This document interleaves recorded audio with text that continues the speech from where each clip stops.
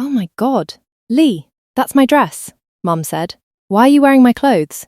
I had no idea what to say. Mum had come home too early from work and caught me fully dressed as a girl. I was wearing a pair of her panties, a bra, a slip, pantyhose, and a long gown of pink chiffon over pink satin, my favourite thing in her closet. Well, explain yourself. I don't know, I just like how they feel. Do you want to be a girl? Are you trans? No. Are you gay? No. I like girls. Then why? I don't know. I mean, I've always felt this way. Really? For as long as I can remember. You've worn my clothes before? It seemed pointless to deny it. Yeah. What do you have on underneath? Are you wearing my underwear too? It would be easy for her to check, so I told the truth. Yes. Well, I don't know what to do about this, Lee. If only your father had stuck around, though God knows he wouldn't be any help. He won't even pay child support. I started to choke up. I'm sorry, Mum. Take those clothes off and put them away. Put on your own clothes. I have to think about this. I changed out of my mother's things and put on my heavy, uncomfortable boy's clothes. I folded her clothes neatly, set them on a chair in her room, and returned to my room while Mum cooked dinner. I expected her to grill me about the clothes over dinner, but she didn't. I retreated to my room afterwards, and she retreated to hers. I heard her talking and assumed she was on the phone, but I couldn't hear what she said. I sometimes wore panties under my own clothes, but I didn't the next morning. Boring boxers instead. After breakfast, Mum said she wanted to talk to me. We sat in the living room. I had a long talk with my sister Dahlia last night, she said. Aunt Dahlia lived in San Antonio, Texas, about an hour and a half from our house in Austin. She said maybe he needs a change in environment, Agatha. Send him to me. I'll straighten him out. What? I'd leave you and live with her? Yes. Your aunt's taller than me, so her clothes won't fit you. Maybe it'll help to remove you from temptation. You're going to send me away. I want you to figure out what you're going to do with your life, Lee. You haven't done anything since you graduated from high school. You don't want to go to college. You haven't got a job. You just sit in your room and play online games with your friends. I didn't see what was so wrong with that. My friends all did pretty much the same thing minus, but I knew better than to say so. I don't want to leave you, Mum. Okay, maybe I did. I was restless at home. But living with Aunt Dahlia? What would that be like? I barely knew her. You're almost an adult now. Maybe a fresh start in a new city would be good for you. San Antonio's not so far away. But it would mean leaving my mother's wonderful lingerie drawers and closet behind. Another objection I didn't dare raise. It sounds like you want me to do this, Mum, I said. She sighed. I sort of do. After divorcing your father, and now this, I think I need a fresh start. A fresh start for both of us. Maybe your aunt can get you off your butt and out into the world. I didn't want to get off my butt and out into the world, but, of course, couldn't say so. A week later, I had compressed my worldly goods into a duffel bag stuffed with clothes and a suitcase stuffed with everything else, including my laptop, and put them in the trunk of Mum's car. Try to think of Aunt Dahlia as your parent from now on, my mother told me as we drove southwest. I raised you as best I could, but I guess it wasn't good enough. Maybe she will do better. You did the best you could, Mum. I was being polite. I tried, she said. Without a father, well, better none than him. She hesitated. There's something I need to tell you, she said. When I get back to Austin, I'll be packing to move to Santa Fe. I've met a man who lives there. His name's Hugo, he's a successful artisan glassblower, and I'll be moving in with him. You're leaving me here with Aunt Dahlia? Yes, dear. I'll always love you, but I need to start a new life. I teared up. Managed not to cry. I was still a boy then, and boys didn't cry. I guess I do too, Mum. I hope I like Aunt Dahlia. I hope so too.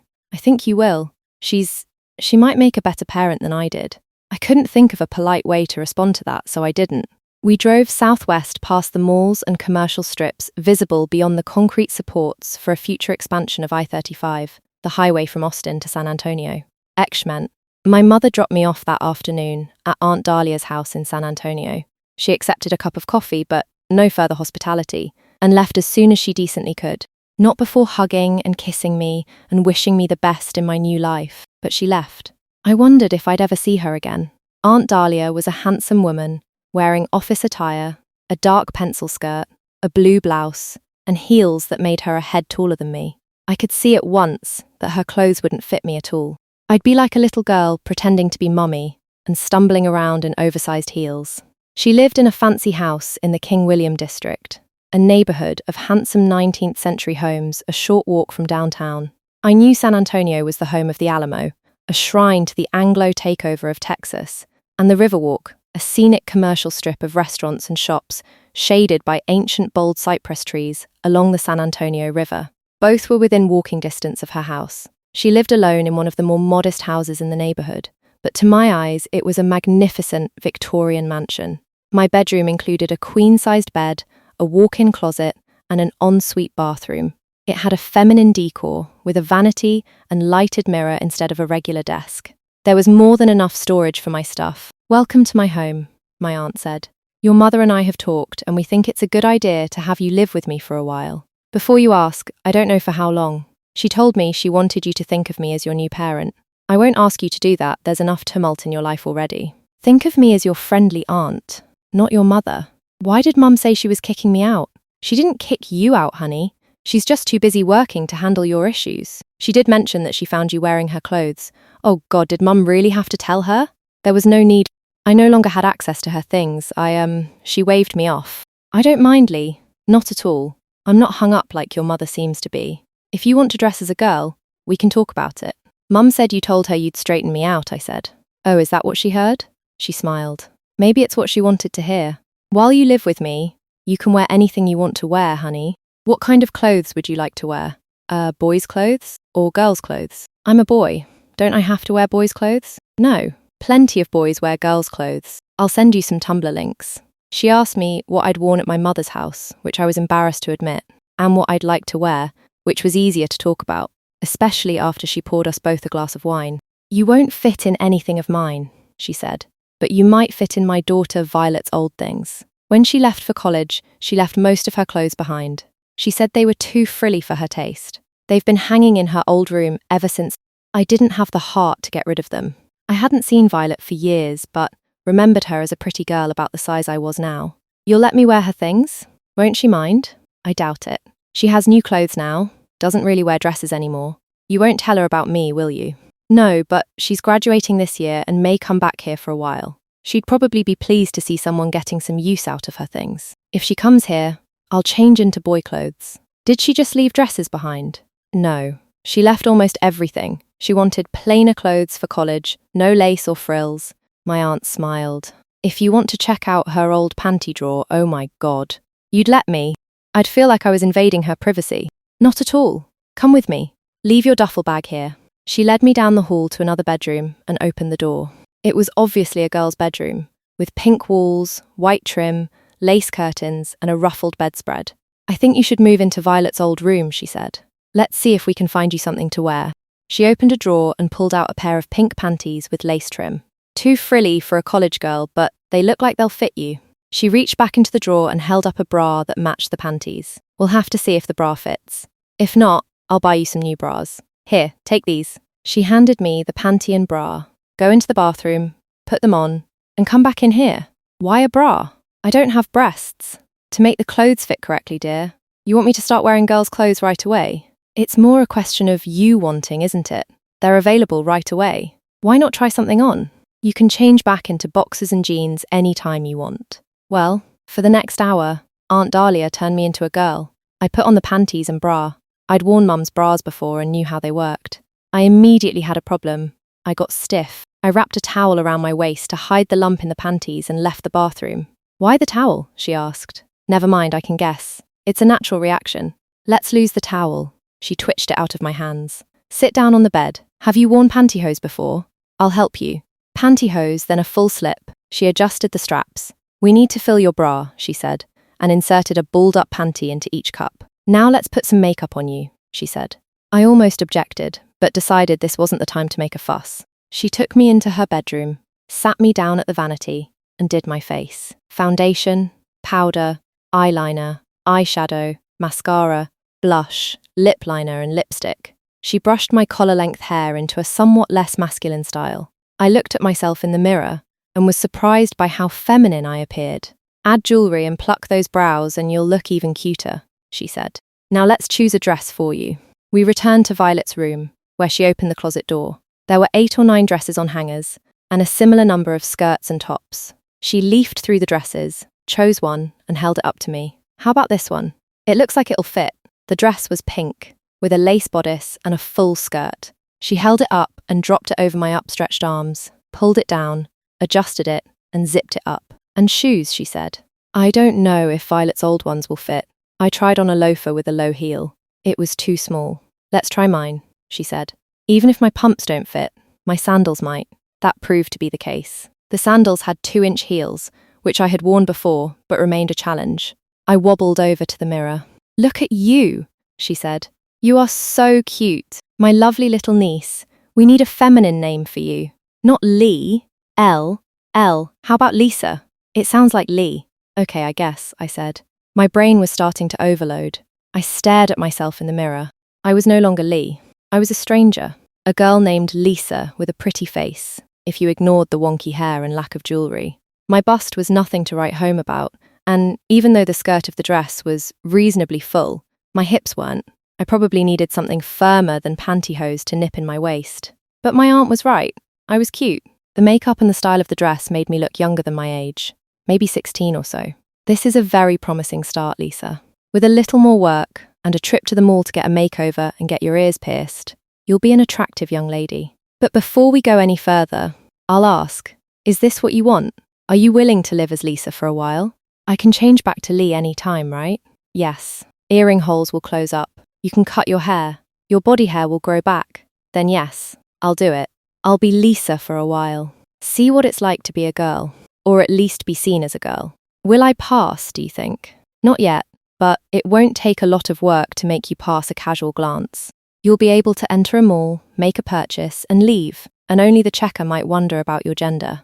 Let's have dinner, and then it'll be time for some nice girly pampering. Who's making dinner? I asked. You are, she said. You don't need to find a job. You'll be my pretty little housewife. You'll do all the cleaning, cooking, and other housework. My salary can easily support both of us. I can't be your housewife. We aren't married.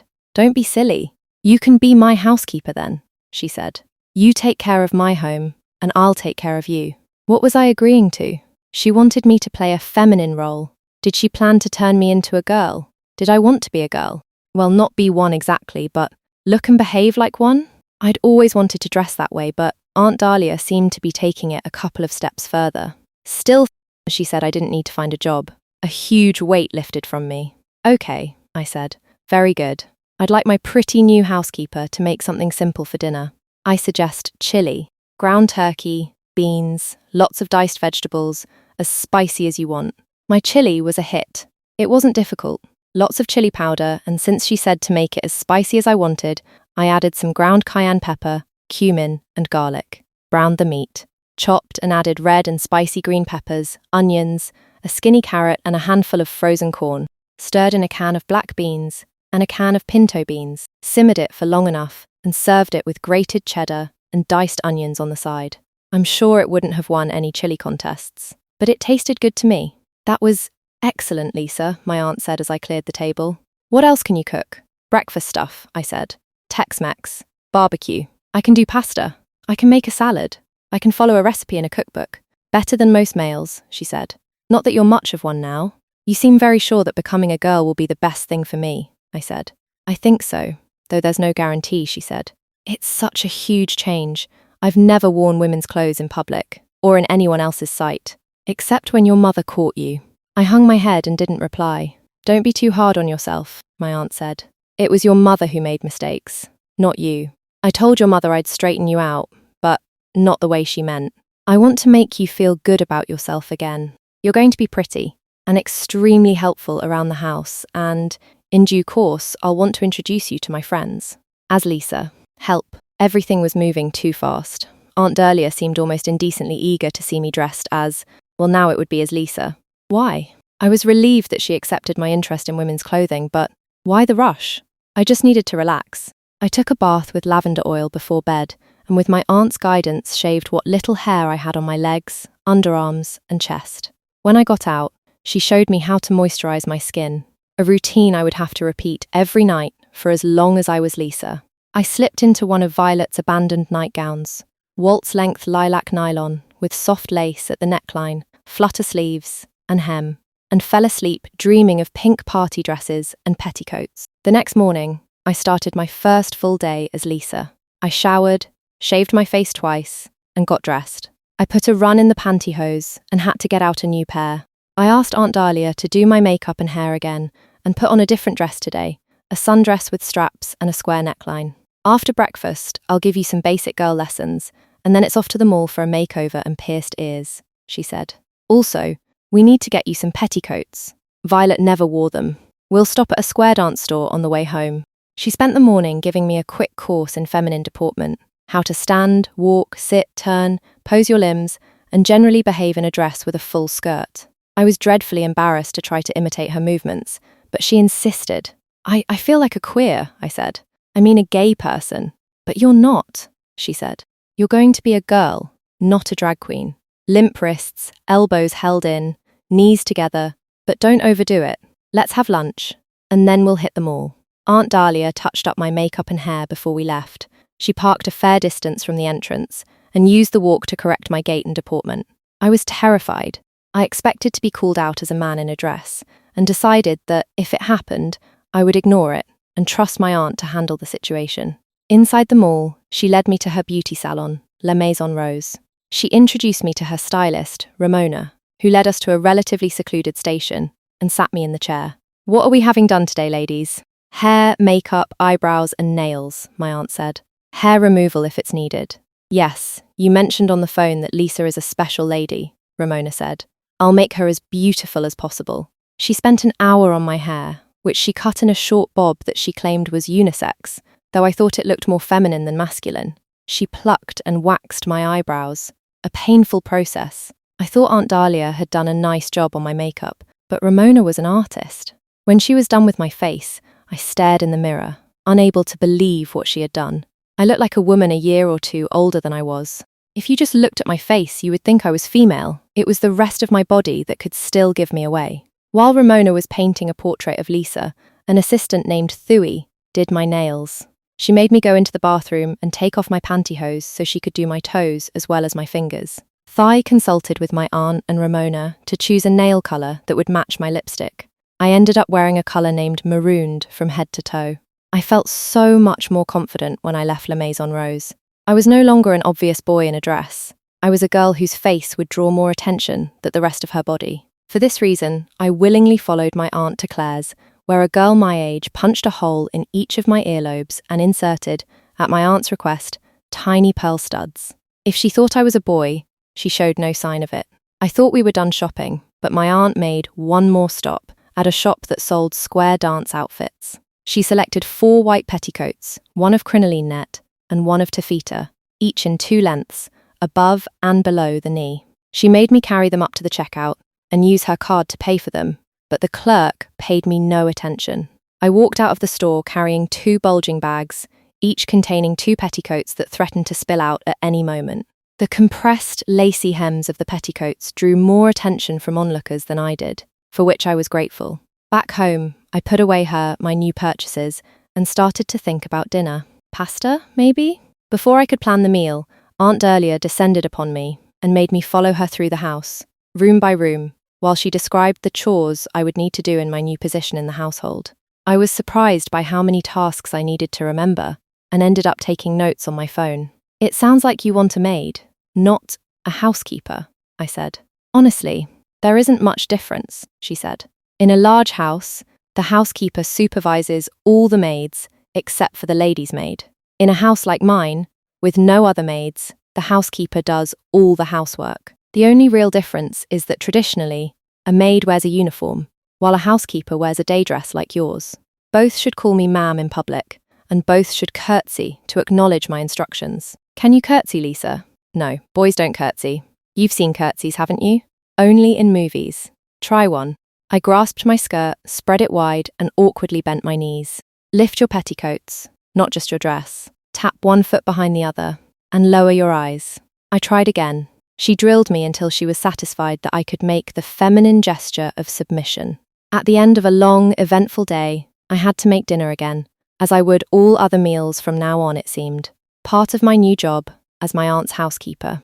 I was starting to appreciate how draining it was to have to cook and cook and cook each day, and then have to clean up afterwards. Even so, it felt wonderful to walk around in my new clothes, with my dress and petticoats swirling around my legs and my heels clicking on the floor. I'd never dressed up so completely. The feel of my garters stretching to hold up my stockings was new and, along with everything else, increasingly arousing. I quickly became stiff in my panties and was grateful that my dress and petticoats hid it from view. When I changed into a nightgown for bed, I could see a slight lump in the soft fabric, but if my aunt noticed, she didn't mention it, thank goodness. The next morning, after breakfast, Aunt Dahlia asked me for a fashion show. "I want to see you model more of Violet's hand-me-downs," she said. "Lingerie first, then dresses, then nightwear. Let's see what fits and what doesn't, what works and what doesn't, so I know what I need to buy for you." "Do I have to?" She rolled her eyes. "Yes, Lisa, you have to. Women's sizes are all over the map. You have to try things on. As a man, all you need is waist and inseam, neck size and sleeve length, and they're pretty accurate.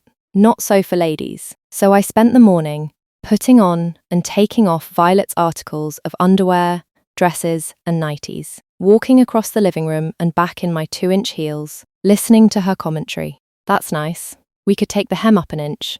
Oh dear, not that dress. It makes your shoulders look huge. That one, yes. The skirt isn't fully filled out. Maybe with one more petticoat? Extras." I spent a warm summer in San Antonio learning how to be Lisa, the sissy housekeeper. I had regular appointments at La Maison Rose and learned to use makeup. I studied feminine deportment on MeTube. I learnt more recipes and became more efficient at my household chores. I slowly started to get over my fear of appearing in public as a female. Genetics had blessed me with spindly limbs, an unmanly physique, and delicate features that were the bane of my existence in high school, but now helped me to present as Lisa. Maybe Aunt Dahlia got tired of seeing me in her daughter's things. She told me one day that she wanted to take me shopping for more dresses. "Some of Violet's are too young for you, and I'd like to develop your own sense of style. I think you'd look good in some vintage designs, like women used to wear." "I wouldn't mind having more dresses," I said. "I doubt the department stores have what I'm thinking of," she said. "I know of a good vintage store." She drove us to a store called Vavavoom Vintage Attire. It was jammed with clothes from the middle of the 20th century. There was a small section of menswear, but most of the store was filled with racks of women's dresses. My aunt introduced me to the store owner, an obviously gay gentleman named Roberto, and asked him to help us find a week's worth of dresses and a week's worth of skirts and tops. "All the tops need to work with all the skirts," she said. "Oh, and we'll need petticoats for the various skirt lengths." "No problem, dear," Roberto said. "Does Lisa need any formal looks?" "Not now," Aunt Dahlia said. "Do you do vintage wedding gowns by any chance?" Asking for a friend. "Yes, we do, sugar. If you ever trap your man, drop by, and I'll take care of you." "Oh, it won't be for me," she said.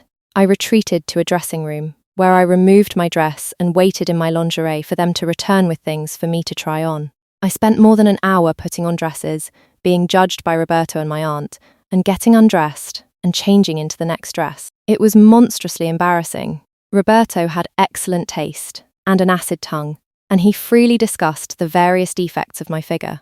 Of course, he instantly knew I was a boy and offered useful advice on how to look less like one. I walked out of the store with a new wardrobe for my new life as a housekeeper. She said she told Roberto to find vintage styles that wouldn't look too out of place at the local food barn, but were nice enough to be appropriate for a ladies' tea or garden party. He did a wonderful job, selecting mostly floral prints in rayon or cotton, with pretty collars, a variety of sleeves, snug bodices, often with princess seams, and full skirts, circle skirts or close to it, that could be worn with just a slip and no petticoat, or one petticoat, or as many as I chose or dared to wear. He steered me away from items that were too frilly or fussy and toward items with quality tailoring and classical lines. Back home, I continued to wear some of Violet's old dresses to do my chores around the house, but whenever we went out, I put on one of my vintage frocks and felt more stylish and grown up. At the beginning of October, my aunt told me that she wanted us to dress up for Halloween on the Riverwalk. "As what?" "You'll be Alice in Wonderland," she said. "I'll be the Queen of Hearts." I thought about it. If I had to go out in public in a girl's costume, Alice in Wonderland wasn't a bad choice. A blue dress, underwear, an apron or pinafore, and a headband, right? Nothing racy or low-cut, maybe not all that different from a vintage housewife's outfit, maybe even something I could wear after Halloween. "You'll buy my Alice costume?" I asked. "I'd love it if you could make your own. It's not complicated and might be fun, but I can't imagine you know how to sew." "I don't. I'm sorry. I'll teach you someday, when we both have time." "Yes, I'll buy your costume. Thank you." What will you wear as the Queen of Hearts? I'll buy that costume too. It'll probably cost more than yours. We'll make quite a pair, I said. Doesn't the Queen of Hearts say, off with your head? A lot? Yes, and so will I. Our costumes arrived in plenty of time.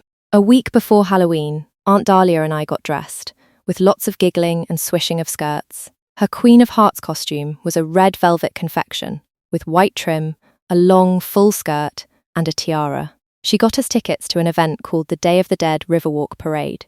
As the sun set, we strolled over to the river, where 100,000 coloured lights hung from the giant trees that lined its banks. There, we watched the most insane scene I'd ever witnessed. Thousands of people were there looking at giant illuminated imaginary animals and enormous papier-mâché skulls decorated in psychedelic colours.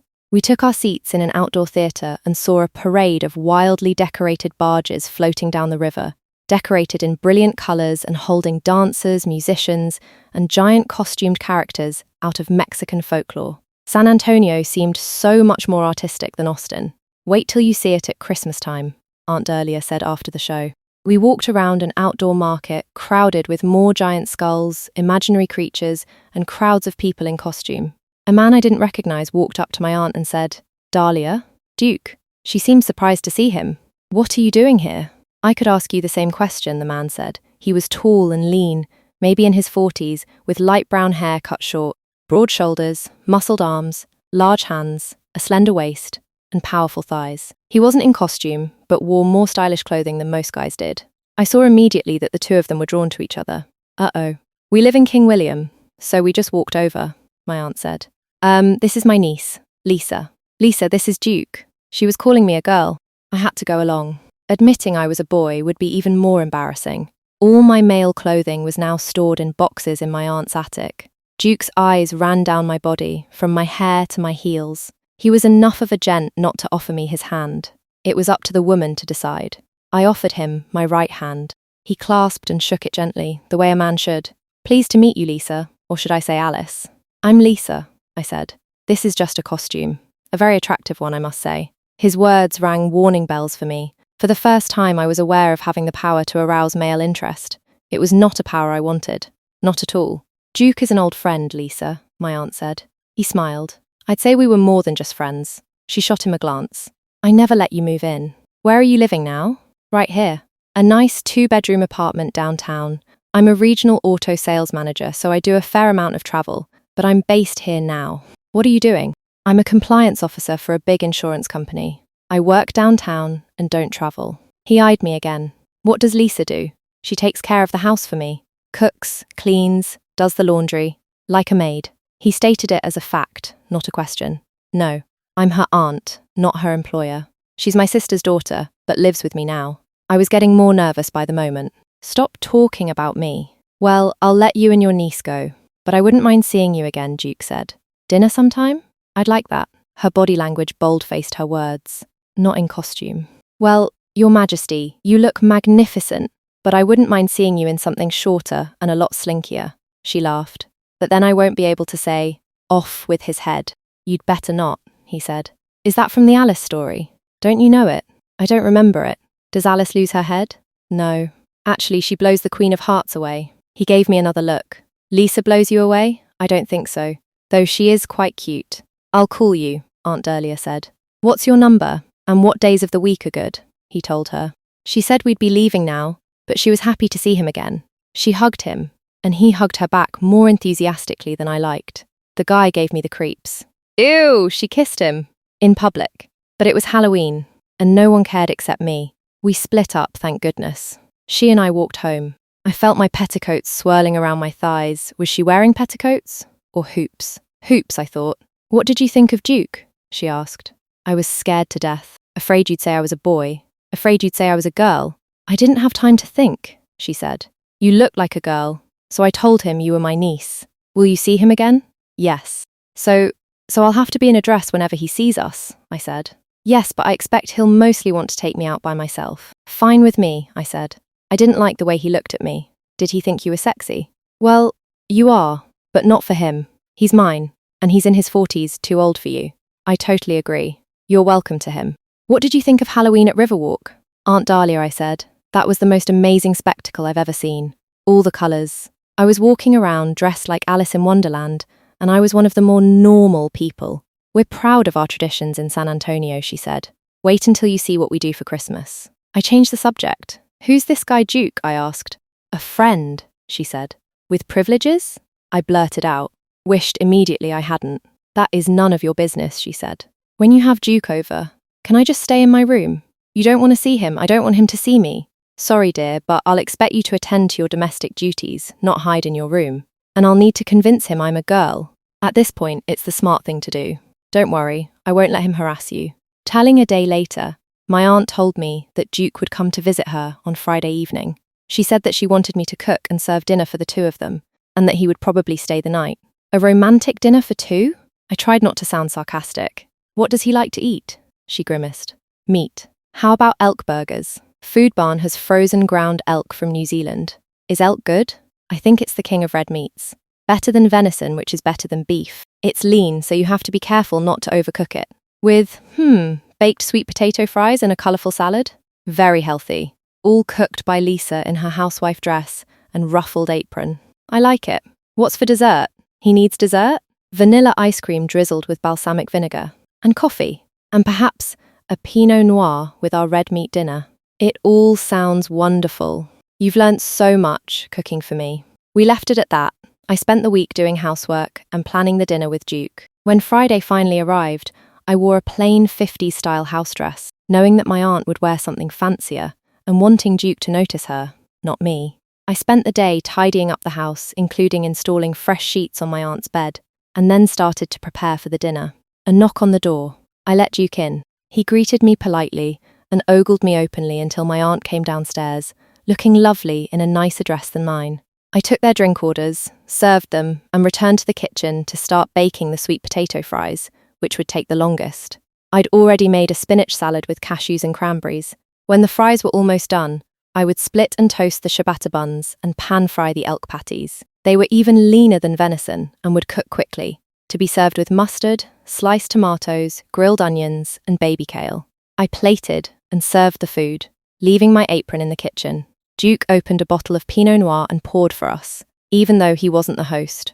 Was that how men behaved, as if they were in charge of the alcohol? I let him refill my glass once, and then made a point of refilling his glass once. The dinner was a success. Duke loved the taste of elk, approved of the sweet potato fries, and took a healthy helping of salad. Aunt Dahlia and I had one burger each. Duke had two. He had as much dessert as the two of us combined.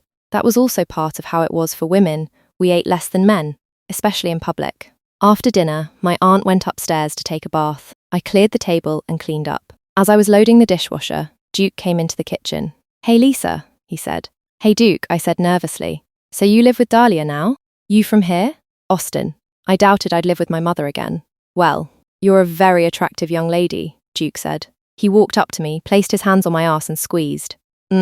What the hell? I pulled away from him. Take your hands off me. Oh, come on, Lisa, he said. You were staring at me across the table. I can tell when a girl's interested.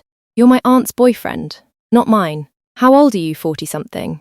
I'm 17. When will you be 18? In a month. That isn't long. You and I can be friends, Lisa, he said. I'm not suggesting anything wrong. I'd just like to know you better. Only if you keep your hands off me, I said. I don't appreciate, hey. He wrapped his arms around me and hugged me tightly. Does that feel so terrible, Lisa? I tried to break free, but couldn't. No, let go of me. He tried to kiss me on my lips, but I turned away, and he kissed my cheek instead. His left arm slid up my back, gripping me across my shoulders, and his right arm slid down to grip my arse again. Don't touch me, I shouted, and managed to twist out of his grip. I backed away from him, but there wasn't much room in the kitchen. I bumped into the opposite counter and realized I was trapped in the corner of the room. He took a step toward me. Duke. The cry came from Aunt Dahlia. She hurried into the kitchen, wearing a terry robe with her hair up in a towel. What's going on? Make him leave me alone, I said. What did he do? Groped my arse, grabbed me, kissed me. Duke, did you do that? I just tried to be friendly, he said. Your niece has a real attitude problem. I do not. I cried. He assaulted me. I barely touched her, he said. That's not what I just saw, Aunt Dahlia said. You had both hands on her. Did you say he could, Lisa? I definitely did not. Duke, Lisa has no reason to lie. I am so disappointed in you. She's still a minor, Keep your grubby paws off her. Okay, I didn't hurt her, he said. That's enough, Duke, my aunt said. Maybe the best thing would be for you to go home. You've upset Lisa, and I need to talk to her. You want to get her side of the story before you hear mine? He asked. I might be more inclined to believe her side of the story, she said. Fine, I'll leave, he said. Don't believe everything she tells you. He tried to kiss her. She backed away and stood next to me. I think you owe Lisa an apology, she said. Sorry, Lisa, he said, not sounding sorry at all. See you next time. I gave him a curt nod and opened the door for him. I didn't slam it behind him, but I closed it firmly and set the deadbolt. My aunt faced me, her arms akimbo. What really happened, Lisa, what I said? I was loading the dishwasher. He came in, said I was cute, and grabbed my ass. I got away from him, but he grabbed me, hugged and kissed me. I got away from him, and you came in. I heard shouting downstairs just as I was getting out of the tub, she said. Thank you for coming down. I don't know what he might have tried to do. Did you encourage him in any way? No. I think he's a creep. I can't believe he came on to you while visiting me. What an arsehole thing to do. Sure, you're cute, but you'd think a guy his age would know how to control himself. You'd think, I said. What can you do to protect me from him in the future? I'll tell him to behave himself, she said. And if he doesn't? Let's worry about that if it happens, my aunt said. Meanwhile, my bathwater's still warm. Why don't you hop in and try to relax? When I got out of the bath, I barely managed to get into my nightwear before falling asleep. I dreamed of giant fluorescent skulls and ladies in colourful swirling skirts, but not of Duke. Each down chance I slept until 8 the next morning. I dragged myself downstairs in my negligee and peignoir and found that Aunt Dahlia had made coffee, so I cooked breakfast. We had just finished eating when there was a knock. Oh God, was it Duke? My aunt answered the door. Feminine squeals ensued. Not Duke, then. Why did women's voices go up an octave when they greeted each other? Wishing I was fully dressed, I went to see what was happening. The tall, athletic young lady at the door was wearing tailored black slacks and a plain white blouse, with pearl earrings but no other jewellery, and not much makeup. Her hair was short but attractively cut. My aunt introduced her daughter Violet, who was coming home after graduating from State University. She introduced me to Violet as her niece, Lisa. I didn't know you had a niece, Mum, Violet said, looking me over. I thought Aunt Agatha had a son? Oh my God. I blushed and looked away. She did, dear, my aunt said. Lisa used to be Lee. Violet stared at me. She's a boy? She's too cute to be a boy. Tell her, Lisa, my aunt said. It's true, I said, embarrassed beyond belief. I'm a boy. Please don't ask me to prove it. Wow, Violet said. You have long hair, and you're dressed like a girl. A very pretty one, I might add. I had long hair as a boy. I like wearing women's clothes. I let Lisa borrow a few of your old things until I get her a new wardrobe, Aunt Dahlia said. My old high school outfits? Violet laughed. Awesome. So, Lisa, you're totally living here as a girl? Mum, you have 2 daughters. A daughter and a niece, my aunt said. First cousins. Tell me all about yourself, Lisa, Violet told me. I want to know how it feels for a boy to become a girl. In a minute, Aunt Dahlia said. Violet, you're home for good now after graduation. Yep, her daughter said. Cleaned out my dorm room, threw away a bunch of crap. I'm done with school forever. I have Lisa staying in your old room, with the clothes, my aunt said. Do you mind using the guest room? No problem, Violet said. Lisa, you're welcome to whatever clothes you find. Thank you, I said. Violet has a B's in geological science and just finished her Ember, her proud mother said. Now she needs to start her career. I've already got resumes out, Violet said. What kind of job do you think you'll get? I asked. My working career consisted of a few part-time stints at minimum wage fast food joints. Oil industry probably, Violet said. It's mostly male, so being female might get my resume noticed by whatever AI they're using to screen applicants these days. Is that what they do now? Her mother asked. Oh, it's a jungle out there, Mum. You're lucky you have a secure corporate job. Insurance companies are required to have compliance officers, right? What do they comply with? 22,000 federal regulations, plus thousands of random rules at the state level, she said. It's lifetime employment for me. Yuck, Violet said. Of course, I'll probably end up helping frackers make money. Oil and gas aren't about to go away. I need to get to work, Aunt Dahlia said. Lisa, you're in charge of dinner. Also the usual chores. You and Violet have fun. See you tonight. We swapped air kisses, and she was out the door. Coffee? I offered. Please, Violet said. Black. How do you like living here, Lisa? Your mother has been very kind. How old are you? 17. I'll be 18 in a couple of weeks. Welcome to adulthood. Mum says you aren't going to school or working. What do you do? Housework. The cooking. The cleaning. The laundry. I'm pretty much your mother's housekeeper. She eyed me. Dressed as you are? I blushed. Not in a nightie. This is so embarrassing. No, she said. I like you, Lisa. I want to hear about it. I wear some of your old dresses around the house, I said. She bought me some vintage dresses to wear when we go out. They're more grown up. She's bought me other stuff, and she takes me to her beauty salon. I've had a makeover and got my ears pierced. And now you keep house for her, Violet said. I wasn't exactly college material. Someone has to be the homemaker, she said. The traditional model is that one partner in a relationship is the breadwinner, and the other keeps house. Usually it's a woman, but that's your role, isn't it? It's complicated, I said, and briefly described what happened with my mother and how I ended up living with my aunt. Don't be embarrassed, Lisa, Violet said. I love seeing you like this. You're so pretty as a girl. I'd love to see you in a dress. I felt myself blush. Do you want me to get changed now? Why not? We've had breakfast, she said. I can't wait to see you. Macho men are a dime a dozen. But to find one who's soft and pretty and domestic, what a treasure. I went upstairs and got dressed for the day. Chose one of my nicer vintage frocks, with 2 petticoats for show. Did my day makeup and hair. Went back down to show myself to Violet. She shrieked with glee at the sight of me and gave me a hug. Oh, Lisa, you're an absolute doll. Are you really wearing a petticoat? 2, actually, I said, and raised my skirt to show her. Delicious. Do you know I've never worn a petticoat? Not even as a girl. Mum used to have to coerce me into wearing dresses. I feel sorry for you, I said. She laughed. Well, you probably have work to do, and I need to finish unpacking and check my email. That's fine, I said. I got an apron out of the kitchen drawer and started to put it on. Ooh, an apron! The housewife's friend. Can I tie it on you? She took it, wrapped it around my waist, and tied it in a pretty bow, more tightly than I would have. There. Lisa, our lovely little homemaker, is ready for duty. I thanked her and started doing the dishes. She went up to her room and spent the rest of the morning on her laptop. I hoped she wasn't telling her friends about me. I made lunch for 2, tomato soup and grilled cheese sandwiches. After I cleaned up the lunch dishes, I took her up to my room and showed off my new dresses. She totally approved. I like you in vintage looks, she said. Snug bodices and full skirts. You seem to have a thing for petticoats. My humiliation was complete. Yes, I don't blame you, she said. My taste in dress was never very girly, and is even less girly now, but, she thought for a moment, but I really like how girly looks on you. You look yummy, Lisa. Thank you, I said. I heard Aunt Dahlia's car pull into the driveway. Maybe I'd better start on dinner. My aunt came in, greeted us with air kisses, and asked how our day had been. Violet chattered at her while I started cooking.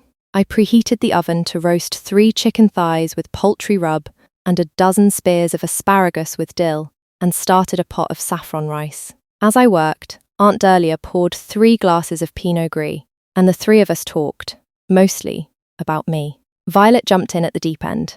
I quickly decided to tell the truth. So Lisa, are you gay or trans? No. I'm attracted to women, I just like dressing as one. I would call myself a male crossdresser. Not a female crossdresser? I'm not female, I have XY chromosomes. But you like playing a traditionally female role in the household? I shrugged. I barely finished high school. Can't afford college. I've never had a real job. I can't compete in the world of business as a male, but I know how to do housework, and I'm learning how to cook, and I like to look like a girl. So I'm incredibly lucky to have found a position as your mother's housekeeper. She doesn't have to do any housework, just beauty treatments and personal care. I do all the cooking and cleaning. Laundry, floors, bathrooms, all that. Wow, what a deal for her, said Violet. It'll be great to watch you working. Oh, don't take it wrong. I've just never seen a real housewife in action. My roommates at college were slobs, and I have to admit I'll get a kick from seeing you mincing around in your housewife outfit and swishing your skirts. Embarrassing. I don't mince. Yes, you do, Violet said. Look at you. Elbows in, hands at the waist, wrists limp. She's right, dear, Aunt Dahlia said. Do I? I was suddenly self-conscious about my arms and hands, unsure how to hold them. We settled into a new routine at home, Aunt Dahlia commuting to work, Violet using her computer most of the day, and me doing all the work of feeding and cleaning for the household. I wore a different dress each day, and paid attention to the ones that Violet liked, and started wearing them more often. Why? I guess I liked pleasing Violet more than pleasing my aunt. Violet was close to my age, but older, and seemed to like being in charge of me, even though my aunt was really the one in charge. Aunt Dahlia continued to see Duke, but she brought him home less often and occasionally spent a night at his apartment. She invited him over for dinner, though, to meet Violet, and asked me to cook and serve. She offered to buy me a maid's uniform if I would wear one, but I declined the honour. One of my regular dresses would be embarrassing enough. I hoped he would keep his hands off me and wondered how he would treat Violet and how Violet might respond. Maybe he would behave better toward her. She was my aunt's heiress, while I was just the poor relative. Aunt Dahlia asked me to cook red meat as a favour to Duke. I decided to make a joke of it. "I'll cook baby everything," I confided to Violet. "Those tiny lamb chops, baby sheep, right? Baby potatoes, baby broccoli." Violet grinned. Very manly. Dinner with Duke, well, let's just say it could have gone better. Violet opened the door to him. He ogled her and said something I couldn't hear before coming inside. I didn't like the man, but I must say that he looked good. Dressed like a Silicon Valley exec, in black jeans, a black tee, a perfectly tailored black blazer, and what looked like expensive black Oxfords. Everyone gathered in the kitchen, where I was cooking dinner. Aunt Dahlia poured wine, but conversation lagged. We soon saw that Violet and Duke were like oil and water, destined not to mix well. She took offence at something he said about trans athletes, and told him so, which led to an argument about politics, which Aunt Dahlia finally had to quash. Talk about something else. She told them, even if it's something stupid you saw online. That silenced both of them, and I made awkward conversation with my aunt until first Duke and then Violet emerged from their sulks. After a second glass of wine, Duke tried to placate Violet, asking about her college career and complimenting her on her credentials at first, and then on her charm. He paid no attention to me, though he had the first time I cooked dinner for him. Violet was prettier than me, with a real woman's figure, so even if Duke thought I was a girl, he dumped me instantly when a cuter babe came along. I didn't blame him. I'd be tempted to do the same thing in his shoes, and as Lisa, I decidedly didn't want his attention. Aunt Dahlia seemed not best pleased by her boyfriend's attentions to her daughter, and said to him, "I just realised that you're exactly twice as old as her. She's 23, and you're 46. A mature gentleman can play an avuncular role in a young lady's life." Avuncular, my arse. You manhandled Lisa when you met her. My aunt had kept up with Duke and Violet in the wine department, and now was at the indiscreet stage. Don't worry, I won't do it again. I prefer real girls, not pretty boys. Shock. Shame. How did he know? Who told him? Or did he read me himself? Hey! Violet snapped. Lisa's a girl now. Respect her gender choice. Her gender is, she's a boy in a dress. Enough, Aunt Dahlia said. Duke, there is no need to be rude. Lisa may have been born male, but she has been living as a woman for some time. In this house, she is allowed to live her dream. And what is your dream, Lisa? Duke's fingers made quote marks around my name. That you leave me alone, I said. Hands off the merchandise, please. Yes, my aunt said. Violet and Lisa both. Touch either of them again, and I'll be looking for a new boyfriend. Thank you, Mother, Violet said. On that note, my aunt said, let's eat. The tiny lamb chops came out of the oven, the baby potatoes out of the air fryer, and the baby broccoli out of the saucepan. I plated the food and served it to the 4 places I'd set in the dining room, taking the 4th place myself. I was not a maid, I was a member of the family, and I would eat with the others. During the meal, Duke kept asking me embarrassing questions. He seemed genuinely curious, but I could tell that Violet was at least mildly entertained by my chagrin. How long have you been a girl? I mean, dressed like that? Not long, I said. Aunt Dahlia taught me how to dress and move. How did you know I was male? You totally fooled me at first, he said. I thought you were cute, but today, I saw you standing next to Violet, and the difference jumped out at me. She's so naturally feminine, while you're not as much. She's 5 years younger than me. What's the difference? Violet asked. Duke smiled. Boobs, for one thing. Yours bounce in a way that Lisa's don't. Typical for a man to focus on boobs, Violet said. It's not just that, he said. You move like a woman. Lisa is cute, but she moves like a man trying to move like a woman. It's not as alluring. It's not a fair comparison. I'm a real girl, she's not, Violet said. Excuse me, said my aunt. You and Lisa are both alluring, in different ways. I think my niece has done a great job of adapting to her new identity. All I know is, I wouldn't kick any of you out of bed, Duke said. Wait, he wouldn't kick me out of bed? Was he serious? I wasn't about to get into bed with him. All I know is, you'll never have the chance, Violet said. Let's not be crude, my aunt said. Does anyone want coffee? That successfully changed the subject. I made decaf for the ladies, including me, and caffeinated for Duke. Aunt Dahlia took Duke aside for a few moments. I don't know what they talked about, but afterwards, Duke took his leave of us. He kissed my aunt, but Violet and I kept out of his reach. Good night, ladies, he said, and walked out the front door. Was he going to spend the night, Mum? Violet asked. He thought so, but I changed my mind, Aunt Dahlia said. Why? He was rude, my aunt said. He's your boyfriend. He shouldn't be paying any attention to me or Lisa, Violet said. No, he should not, my aunt said. I will remind him. Now, after that dinner, Aunt Dahlia seemed to see less of Duke, at least at our house. Instead, he took her out to dinner more often, and when she spent a night with him, she stayed at his place. Violet told me she thought her presence was cramping her mother's style and said she was applying for jobs in Austin as well as San Antonio. If I get a decent full-time job, I'll be able to get my own place, and I won't much care what my mother and Duke are doing, she said. I'd be sorry to see you move out, I said. She gave me an odd look. I'd miss you too, though I've known you for what, a week? I really admire you, I said. A B's in geology, an Ember, you'll end up running an oil company someday. An oil company has to hire me first, she said. Will it help, being a female with technical degrees? You'd think, though these days, who knows? I'm a Texas girl, which probably isn't a negative. My chances probably depend more on the price of WTI crude than my chromosomes. If prices go up, so does hiring. You don't mind working for an oil company? I have half the credits I need for a master's in engineering. I can run the numbers. Solar and wind aren't reliable. Without fossil fuels, industrial civilization is doomed. We need to go nuclear as quickly as possible. But until then, oil and gas or blackouts. Choose one. Can't we just use less energy? I asked. Not when half the planet is desperate for air conditioning, she said. She knew more than I did, so I didn't try to argue the point. As the days passed, I focused more on my daily duties than on news from far away. I kept my aunt's household clean, the laundry done, and the rubbish and recycling sorted. I didn't see that much of my aunt or her daughter except at mealtimes, and not always then. Dahlia was still spending time with Duke, and Violet disappeared altogether for a couple of days. Violet reappeared at dinner one Friday, and had news for her mother and me. I got a job offer today, she said, from FrackEdge, a startup in Austin. Oh my, Aunt Dahlia said. To do what? Assistant geologist. $120,000 to start. Congratulations, that's almost as much as I make, my aunt said. Your first job. But, in Austin? I'll have to move, Violet said. But I should be able to afford an apartment, even in Austin. I ventured to ask, what does the company do? We use AI to help frackers more accurately estimate the economic potential of a particular site before they start drilling.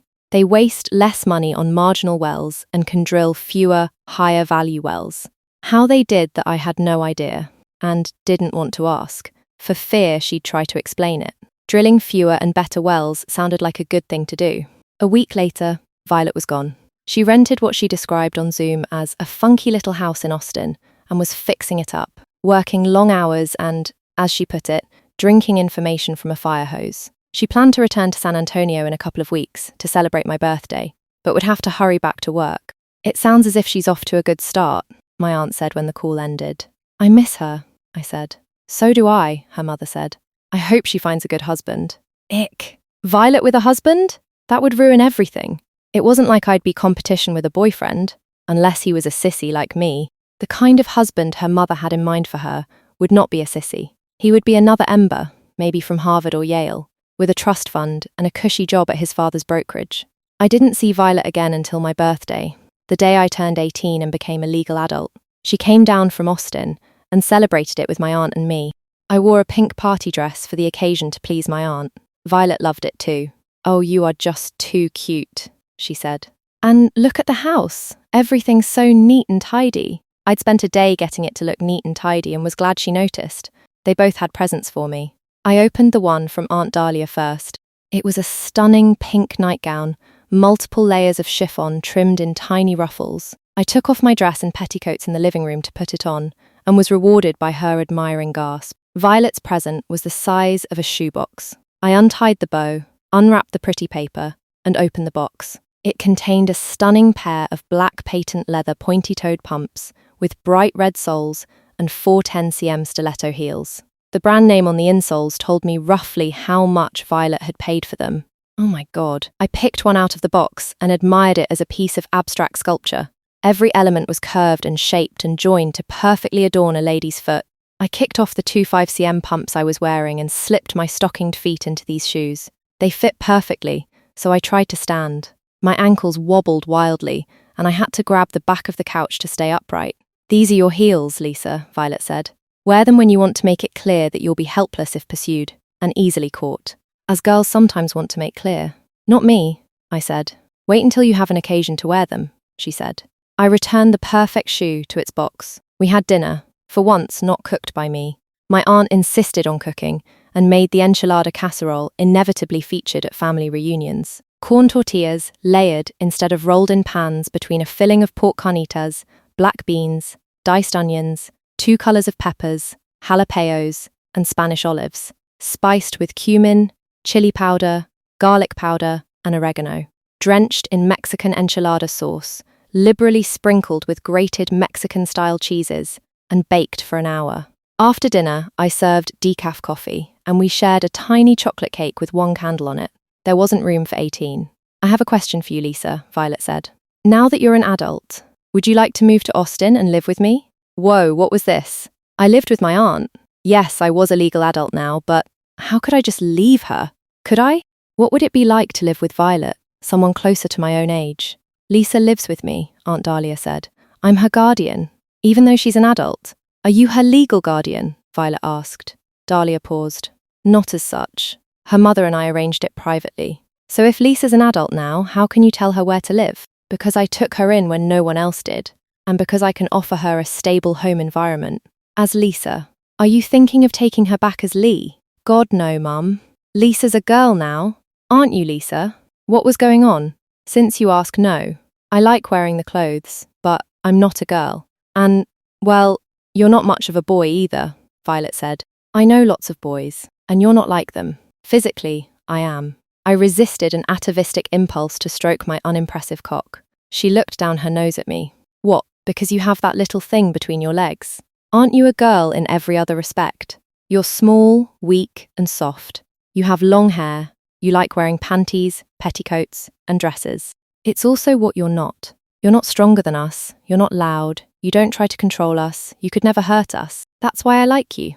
I'll have therapy someday about why I don't like masculine guys, but right now, I don't care. I like you." "And I like you," I echoed. "Like? Or like? What was the least dangerous answer? Like.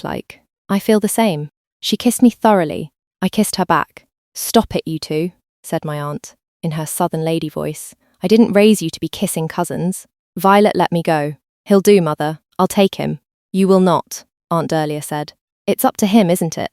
Lisa, now that you're an adult, who would you rather live with, Aunt Dahlia or me?" The last few minutes had made up my mind. "Sorry, Aunt Dahlia. I really appreciate everything you've done for me, but I want to live with Violet. You'd better appreciate it." She snapped. "Your mother never would have let you become Lisa. If not for me, you'd still be trapped in boxer shorts, instead of all your nylon and satin pretties. You don't even know if Violet will let you dress the way you want. If Lisa comes to live with me, she can wear whatever she wants," Violet said, "except trousers." The company gave me $20,000 as a signing bonus. I can't think of anything I'd rather spend it on than new clothes for Lisa. "Really? Thank you," I said. "Don't mention it."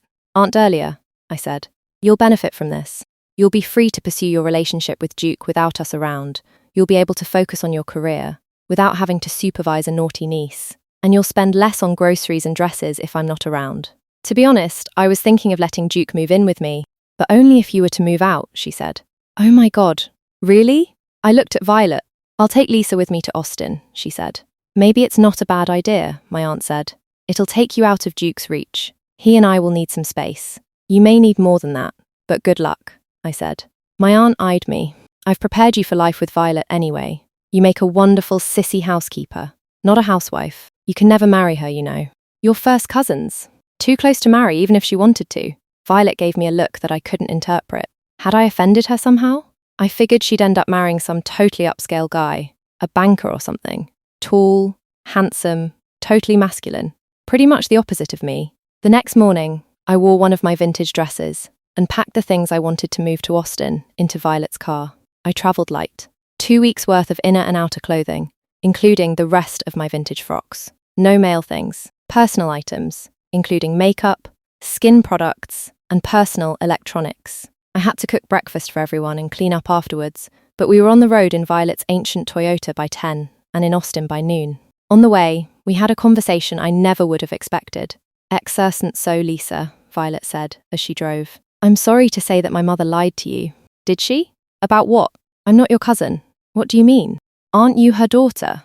Only legally, not by birth. She adopted me. I was born in Iowa, which means you and I aren't related by blood, she said. Nothing prevents us from being married. My jaw dropped. So, what, are you? She couldn't actually be asking me, could she? Violet took a deep breath. You know I like boys dressed as girls. You in particular. And you know I'm an overworked professional woman, the kind who really needs a traditional housewife to support her. So, I want my housewife to be you. Oh my God, Violet, are you asking me to marry you? Yes, my dear, she said. Right here in the fast lane of I-35. Will you marry me and be my bride? What do you mean by bride? I asked. You'll wear the wedding gown, she said. I might wear a tux. When we get back from our honeymoon, you'll live with me. I can easily support both of us. You don't need to get a job with no degree or experience. All you'd get is minimum wage.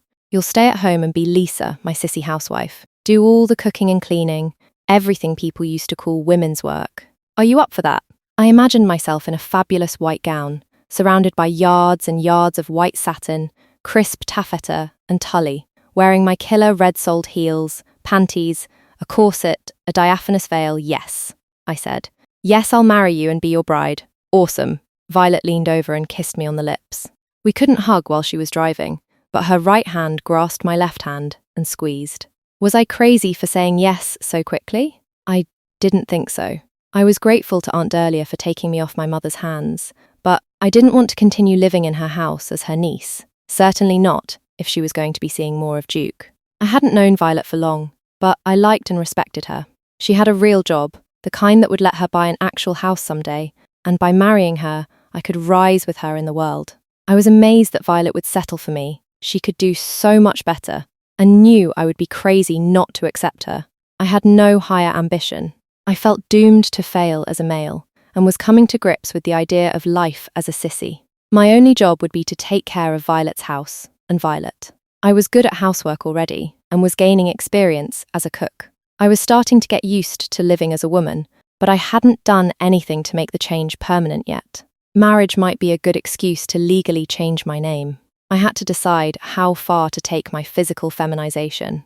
Nature had blessed me with a surprisingly feminine figure and features, but what about hormones or cosmetic procedures? A good thing to discuss with her later, but before we got married. When we got to Austin, Violet stopped for lunch at Terry Black's Bubbock, where we pigged out on brisket, ribs, and sides, and then drove to the little house she had rented in one of the neighborhoods west of the state capital. It was 100 years old, but cute and seemingly in good shape. I brought my things inside. There were 2 bedrooms, and Violet installed me in the smaller one. We would have to share the only bathroom. I unpacked the clothes I'd brought from Aunt Dahlia's, a skimpy wardrobe. I would have to get Violet to take me shopping. She said she had the money to do it, though, what did she say, 20,000? No way would I want her to spend that much on me. In the bathroom, Violet reorganized the counter and cabinet to give me almost half the space. You're a girl now, so you need your own makeup and nail polish and cleansers and lotions and everything else, she said. You don't have near as much stuff as I do, but you'll need a lot more than what you have now. I really need to take you shopping, so let's do that tomorrow. See how much of what's left of my signing bonus I can spend on making you pretty. I was still semi-amazed that something like a signing bonus existed. Some company would pay her a bonus just for signing a contract to work for them.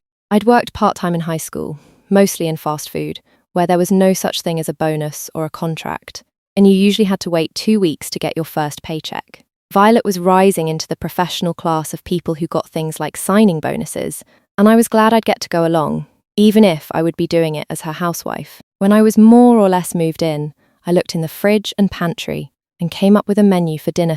Not that we needed much after a barbecue lunch. I found a bag of frozen sea scallops and a bunch of fresh baby broccoli, which I could sort in the same pan. For carbs, there was a box of basmati rice in the cupboard, and I found a tiny container of saffron to flavour it. Violet was in her bedroom, bigger and nicer than mine, with a queen-size bed, a nightstand piled with books, a a computer desk, a vanity, a narrow chest of drawers, and a walk-in closet, tastefully decorated in shades of warm grey and cream. Nothing frilly. She looked up from her computer when I appeared at the doorway. "Yes, Lisa?" I told her what I planned for dinner. She enthusiastically approved. "Whew, off to a good start." She invited me in and sat beside me on the end of the bed. "Here's how I think things will work," she said. "We're not married yet, but I'll treat you as my wife. I'll get you a debit card to pay household expenses, not monthly bills that I can auto-pay, just food, household supplies, personal items, and such. I'll call you Lisa, but we won't legally change your name till we're married. I'll refer to you as my wife, and if people ask, I'll say that I consider you a sissy, a physically male person who prefers to live as a woman. Is that all right? Can you live with that?" I considered this. "Well, it's accurate," I said. "I'm not gay or trans. I'm a hetero male crossdresser with a submissive streak. Sissy isn't the word I'd choose, but it's not wrong. If I claimed I was female, do you think I could pass undetected? You haven't been at this for long, but at this point, I think you can walk around in public without attracting attention," she said. "In closer encounters, like maybe with a waiter in a restaurant, more people will be able to tell women more than men. We observe people more closely than they do. The question is how they'll react. In Austin, most people will be cool. There are places in Texas where people might not be cool. I figured I would spend most of my time in the house," I said. "You'll need to run errands and go shopping," she said. "Most often for groceries. You don't have a car, do you?" "No." "License? Yes. I can drive. I need my car to get to work," she said.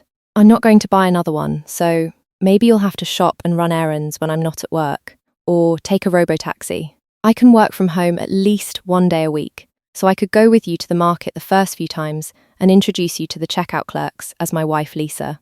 "Oh, please do. I'll feel so much more comfortable if I'm with you." We stayed up late that night talking about practicalities at first, then possibilities, and then dreams. Violet's dreams were of professional success, supported by a stay-at-home housewife. My dreams were small, to do a good job as her sissy housewife and be accepted by at least some of her friends and co-workers and our neighbours. We agreed on step 1 tomorrow we would shop for clothes for me and for groceries to start feeding 2 mouths instead of 1. It took me a long time to fall asleep. Too much had happened today. I left Aunt Dahlia, the closest person I had to a parent. I moved to Austin with Violet. On the way, she proposed to me, and I said yes. We were engaged. I had left manhood behind and was now living as a woman. No, a sissy. An ugly but accurate word. I felt like I'd leapt into the dark without knowing where I'd land. At least my bed was comfortable. Utch Darless. The next morning I put on clean, plain lingerie, in case a salesperson saw me undressed, and my most boring day dress, with 1 petticoat. I wore pantyhose and flats. Violet watched me do my own makeup, a light daytime look, and brushed my hair into shape. I put on an apron to cook breakfast, something I would do practically every day from now on. As promised, she took me shopping. I stocked up on lingerie so that I wouldn't need to wear her underwear from high school. She bought me 5 dresses in more modern styles, including a couple of cute sundresses and a couple of pairs of sensible pumps with 1-inch heels. On the way home, we stopped at Food Barn and picked up the items on our shopping list. Violet knew the checkout lady and introduced me as her roommate, Lisa, who would be doing much of our shopping from now on. The checker looked me over, smiled, and said, "Hi, Lisa." I wondered who she thought I was. Violet's roommate? A lesbian lover? A sissy crossdresser? As long as she was polite to me, did it really matter? I hoped not. Violet paid, I wheeled the cart out to the car, and she drove us home. The next night, I put on one of my new dresses, and Violet took me down to see 6th Street, a blocks-long stretch of restaurants, bars, and music clubs that hosted a big annual music festival. Music spilled out of the storefronts, mostly rock and blues, with some Mexican and country mixed in. Lots of what were probably University of Texas kids hanging out and checking each other out. I was still too young to drink in public, so we didn't enter any of the bars. I was afraid of being outed as a boy in a dress, but for whatever reason, it didn't happen. Maybe I looked cute enough to pass. Maybe people took us for a lesbian couple. Maybe people saw exactly what I was and didn't care. It took me a while to realize that nothing had happened, nothing seemed like it was going to happen, and in the end, nothing did. I tried to carry myself like a lady. My 2-inch heels forced me into a ladylike posture, but hurt my feet. I limped for a few blocks before Violet took pity on me and summoned one of Austin's new robot taxis to take us the rest of the way home. On the way, I asked her what 6th Street was like on New Year's Eve. A good place to avoid, she said. For the next week or two, when not attending to my daily tasks, I was busy learning the ways of the house, where everything was, what supplies we used, what chores needed to be done how often, all the minutiae of housekeeping. The detail that, in most relationships, the woman carries in her head, and the man relies on her to carry in her head. I got up in the morning, showered, did a morning beauty routine that Violet simplified until I could do it in 10 minutes, dressed for the day, made a hot breakfast for both of us, and sent her off to work while I did the dishes. The house she was renting was not large, maybe 1,500 squeft or 140 squem. 2 bedrooms, 1 bathroom with a separate tub and shower, a laundry room that led into a 1-car garage, and a nicely remodelled open-plan living area with a kitchen at one end, a table for 8 in the middle, and couches around a coffee table and TV at the other end. I loved the house at once. Violet's taste was better than mine. Her furniture was mostly IKEA, but even so it was stylish and new.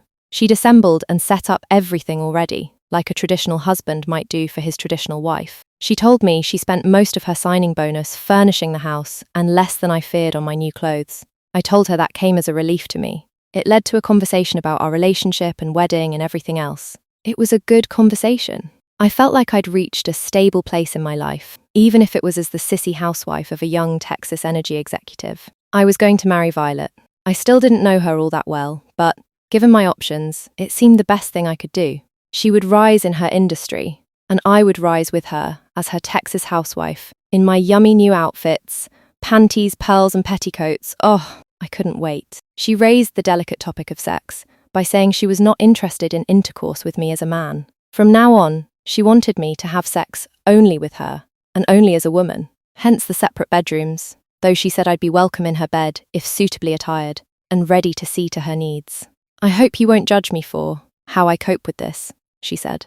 You've been honest with me. Now I need to be honest with you. I've never had satisfactory sex with a man. I didn't have much of a sex life in college, but it was almost entirely with women. I understand, ma'am. I'll have to find ways to meet my needs. I'm willing to help, as long as it doesn't involve you penetrating me. I'm glad we understand each other, she said. Now, as to wedding plans. Yes? I've made a few. Of course you have, I said. My mother has booked the veranda room at Tuscan Hall in Austin for the first Sunday in June. It's an elegant venue in the hills, about half an hour from downtown. Sounds lovely, I said. I'll clear my busy calendar. Ceremony at 11, lunch at noon, reception at 1, out by 5. We'll keep it small, no more than 50 people. How many from your side? Except my Aunt Minus, who's actually on your side minus. Maybe none. I haven't heard from my mother since she moved to Santa Fe. The friends I had when I lived with her knew me as Lee, and they don't need to meet Lisa. We'll try to find your mother even if she chooses not to come. I have family, college friends, and a few people from my new job. They'll be cool about you. I hope so. Speaking of you, how do you want to dress? At the wedding, I said. What if I wore white? Her eyes met mine. A dress? What if I did? Wore a wedding dress? Would you wear one too? I'm not sure, she said. I'd hate to steal attention from the bride. I could see wearing a tux, a lady's tux. Me in black satin with a bow tie, you in white satin, snug on top, maybe with an illusion neckline, and a big skirt with lots of petticoats. I know you love your petticoats. Oh, Violet, and your 4-inch fuck-me heels. You must suffer for the sake of beauty. Whatever you say, dear. That's right, she said. Whatever I say. That's how our marriage will work. I'll be in charge. You'll be my adoring and supportive spouse. Doing whatever you want me to do, I said. Yes. Our wedding night will be here at my house. I will undress you, my dear, and help you give me pleasure. I'll do my best to please you. I decided not to ask about my pleasure. Will you take me somewhere on a honeymoon? She leaned over and kissed my nose. I've already reserved it. A condo with a sunset ocean view on the north shore of Kauai. That's the Hawaiian island where they filmed parts of the Jurassic Park movies. An utterly romantic tropical setting near a cute beach town called Hanalei. A lagoon with good snorkeling, tourist shops, restaurants, fresh ahi tuna every day. I'd love to go to Hawaii, I said. And then back to Austin? Yes, where I'll make our first million and we'll take wonderful care of each other. Won't we? Yes, dear. I wrapped my arms around her neck and kissed her on the lips. You'll be my pretty little housewife, Violet said, and you'll keep house and look beautiful for me and be my hostess when I entertain. Are you sure about that? What will people say? If they can't accept you, I don't need them as friends. I'll introduce you slowly. Would you be more comfortable with just women at first? At some point, you'll meet a few people from work. I'll go slowly there too. I'd appreciate it. Violet stepped up to me and took my face in her hands. I love you, Lisa. I want the best for you. I want you to be happy, and I will support you and protect you. You are a beautiful person, and I can't wait to marry you. I choked up. After being left behind by my mother and transformed by my aunt, I felt like I'd found the woman I wanted to live with for the rest of my life, even if it meant living as a woman, her sissy housewife. I can't wait either, I said. I love you, Violet. We both cried, but they were happy tears.